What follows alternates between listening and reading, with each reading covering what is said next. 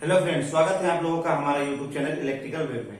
तो दोस्तों, जैसा कि पिछला वीडियो में मैंने आप लोगों को बताया था कि ट्रांसफार्मर में कौन कौन सा टेस्ट हम लोग जो है कमीशनिंग प्री कमीशनिंग के टाइम करते हैं, तो उसी में से आज एक टेस्ट जो है मैं डिस्कस करने जा रहा हूँ। और आज जो डिस्कस करने जा रहा हूँ वो है आईआर टेस्टिंग ऑफ ट्रांसफार्मर। मतलब आईआर वैल्यू हम ट्रांसफार्मर का कैसे लेते हैं और क्या क्या उसमें देखना पड़ता है, कौन कौन सा इंस्ट्रूमेंट यूज करते हैं और क्या क्या ट्रांसफार्मर का टेस्टिंग करने से पहले करना चाहिए, सारा कुछ इस वीडियो में हम डिस्कस करेंगे। तो चलिए आज का टॉपिक जो है वो शुरू करते हैं। तो दोस्तों, आज का जो हमारा टॉपिक है आईआर टेस्ट ऑफ ट्रांसफार्मर, जिसको हम इंसुलेशन रेजिस्टेंस टेस्ट भी कहते हैं। यानी ट्रांसफार्मर का इंसुलेशन रेजिस्टेंस जो हम कमीशनिंग प्री कमीशनिंग के टाइम में करते हैं वो कैसे करते हैं, तो चलिए बताता हूं आपको। तो दोस्तों, इंसुलेशन रेजिस्टेंस टेस्ट करने से पहले जो आपका ट्रांसफार्मर है, ट्रांसफार्मर में आपका जो भी सप्लाई का वाइंडिंग में जो सप्लाई लगा हुआ है वो सारे खुले हुए होना चाहिए। और जो अर्थिंग लगा हुआ है ट्रांसफार्मर का, अर्थिंग भी जो न्यूट्रल अर्थिंग किया हुआ है, न्यूट्रल अर्थिंग भी खुला हुआ होना चाहिए। और सारा केबल भी जो उसमें लगा हुआ है ट्रांसफार्मर में या बज तक जो भी लगा हुआ है वो खुला होना चाहिए, वो सारा ओपन होना चाहिए।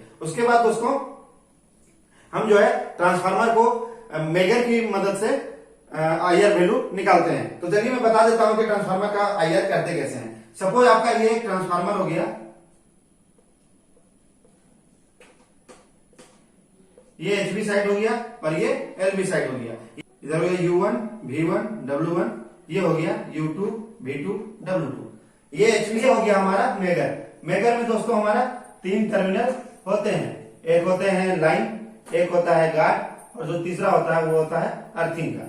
और यहाँ पे हम डिजिटल वाला मेगर यूज कर रहे हैं। तो डिजिटल मेगर यूज करेंगे तो यहाँ पे नॉब दिया हुआ रहता है घुमाने के लिए, वोल्टेज वगैरह सेट करने के लिए कि कितना वोल्टेज में आप कितना करते हैं। अब इसको हम एलवी और एचवी का आईआर वैल्यू जब निकालेंगे तो हमको 3 जगह से पॉइंट आउट करना पड़ेगा आईआर वैल्यू के लिए। एक हो जाएगा एलवी टू अर्थ, दूसरा हो जाएगा एचवी टू अर्थ और तीसरा हो जाएगा एलवी टू एचवी।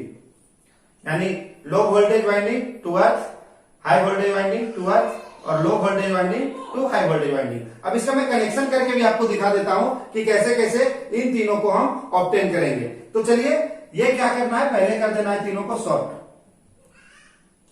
इधर ये एक साइड स्टार होगा या डेल्टा होगा, या इस साइड डेल्टा होगा या स्टार होगा। तो इसकी वजह से हम कर देते हैं तीनों को शॉर्ट। और शॉर्ट करने के बाद ये हमारा जो है बॉडी अर्थिंग है, यहाँ पे ये ट्रांसफार्मर का बॉडी अर्थिंग किया हुआ रहता है। तो अब क्या करेंगे, लाइन को ले लेंगे हम, इसमें मेगा का एक प्रोब को लगा देंगे हम एलवी साइड और दूसरा जो गार्ड टर्मिनल है उसको हम लगा देंगे यहां पे। और ये जो है ग्राउंड को कर देंगे अर्थिंग में। तो ये हमारा हो गया एलवी टू अर्थ। सेम इसका अपोजिट जब कर देंगे आप, एचवी को इसको कर देंगे ग्राउंड में। ये वाला टर्मिनल जो है, ये टर्मिनल जो है ये ग्राउंड हो जाएगा और ये हो जाएगा लाइन में, ये आ जाएगा लाइन में। और ये वाला टर्मिनल जो है आपका वो ग्राउंड में लग जाएगा।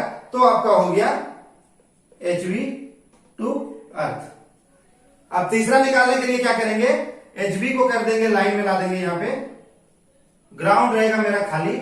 और ये जो अर्थिंग वाला टर्मिनल है वो अर्थिंग से कनेक्ट होते हुए भी और एलवी से भी कनेक्ट रहेगा और ये ग्राउंड यहाँ पे रहेगा। तो ये मेरा एचवी टू एलवी निकल जाएगा। ऐसे होता है मेरा ट्रांसफार्मर का आईआर वैल्यू का टेस्टिंग। आईआर वैल्यू का टेस्टिंग हम जब ट्रांसफार्मर यूज है तो हम एक निकालेंगे 60 सेकेंड का और 600 सेकेंड का,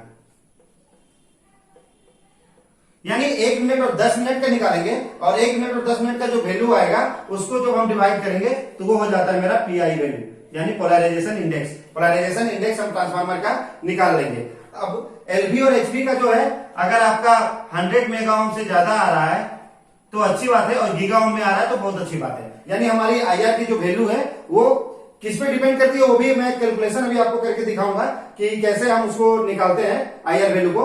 तो ये हमारा हो गया ट्रांसफार्मर का टेस्टिंग और ये हमारा हो गया ट्रांसफार्मर और ये हो गया मेरा मेगर। तो मेगा से ट्रांसफार्मर का कनेक्शन कैसे करते हैं और वैल्यू कैसे निकालते हैं ये तो आपने देख लिया। अब मैं एक कैलकुलेशन बताता हूं। हाँ, एक बात मैं बताने भूल गया था, आपको जब भी ट्रांसफार्मर का आईआर वैल्यू निकालना है तो ऑयल का टेम्परेचर देख लेना है, ऑयल का टेम्परेचर कितना होना चाहिए, क्योंकि इसके आगे एक कैलकुलेशन है जिसमें ऑयल का टेम्परेचर बहुत ही मायने रखता है कि कैसे हम ये अपना कैलकुलेशन लाएंगे कि मेरा कितना मेगा ओम या कितना गीगा ओम मिनिमम आपका आईआर वैल्यू होना चाहिए। तो चलिए मैं नेक्स्ट कैलकुलेशन आपको बताता हूं। दोस्तों ध्यान देने वाली बात ये भी है कि ये आगे आपका ट्रांसफार्मर का कोयल वोल्टेज, हम कितना का मेगर कहां पे यूज करेंगे, मेगर में वोल्टेज जो आप सेट करने में बोल रहा था वो कितना वोल्ट सेट करेंगे। तो ये एक जो है इंडियन स्टैंडर्ड लिया गया है, ये मैं आपको दिखा देता हूं कि अगर आपका कोयल का वोल्टेज 0 से 600 वोल्ट है तो मेगर आपको 500 वोल्ट में सेट करना है। अगर 600 से 5 केवी तक का है जो आपका एचटी साइड का वाइंडिंग हो या एचटी साइड का वाइंडिंग हो 5 केवी तक हो तो आप 2.5 केवी मेगर में सेट करेंगे, और 5 केवी से ज्यादा है तो 5 केवी 5000 वोल्ट मेगर में सेट कर लेना है। तो ये भी एक चार्ट है, उसको आपको नजर में ध्यान में रखनी है। अब दोस्तों जो मैं बताया था कि आईआर वैल्यू जो हम देखेंगे वो आईआर वैल्यू कितना होना चाहिए, उसका एक फॉर्मूला यही है कि आईआर इक्वल टू सीई बटा रूट अंडर केवीए।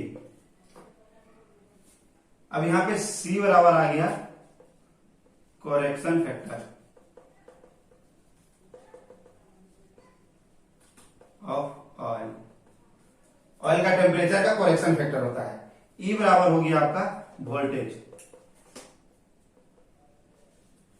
और के ये जो हो गया रूट अंडर केवीए वो तो ट्रांसफार्मर का आपका रेटिंग हो जाता है। तो आईआर वैल्यू हमको इस फॉर्मूला से मिलना चाहिए कि आपका कितना होना चाहिए आईआर वैल्यू मिनिमम। अब मैं एक एग्जांपल के तौर पे आपको समझा देता हूं।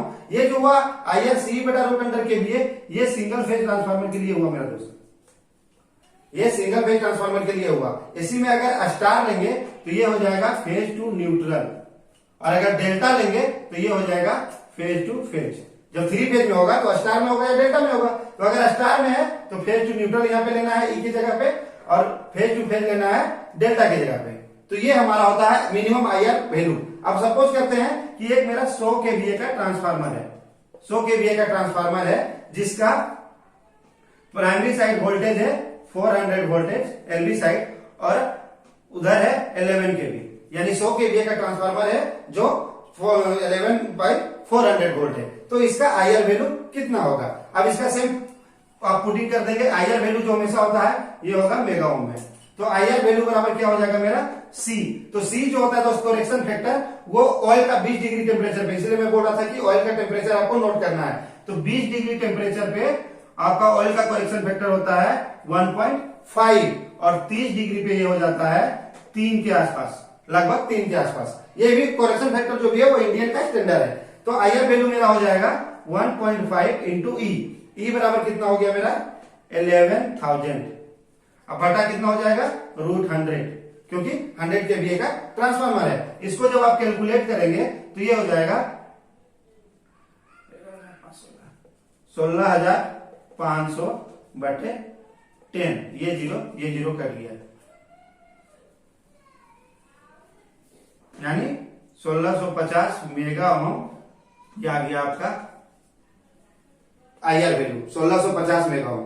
इसी को जब हम एलवी साइड करने जाएंगे तो 1.5 इंटू 400 डिवाइडेड बाई रूट 100, यानी 1.5 इंटू 400 बटा 10, ये जीरो कट गया 60, ये हो जाएगा 60 मेगा ओम। तो दोस्तों ये आपका ये कैलकुलेशन से आप जो है किसी भी ट्रांसफार्मर में अगर निकाल रहे हैं कि आपका आईआर वैल्यू सही आ रहा है कि नहीं आ रहा है तो आप देख सकते हैं। अब आईआर वैल्यू बहुत जरूरी है क्योंकि हमको इंसुलेशन का पता चल जाता है मेरा ट्रांसफार्मर सही है कि नहीं, उसके वाइंडिंग वगैरह सही है कि नहीं। तो इस तरह से हम आईआर टेस्ट ट्रांसफार्मर का करते हैं। तो दोस्तों आज का वीडियो में इतना ही। नेक्स्ट वीडियो में मैं फिर कुछ लेकर आऊंगा। नेक्स्ट वीडियो मैं ओपन सर्किट और short circuit test of transformer समझाऊंगा। तो इसके लिए धन्यवाद।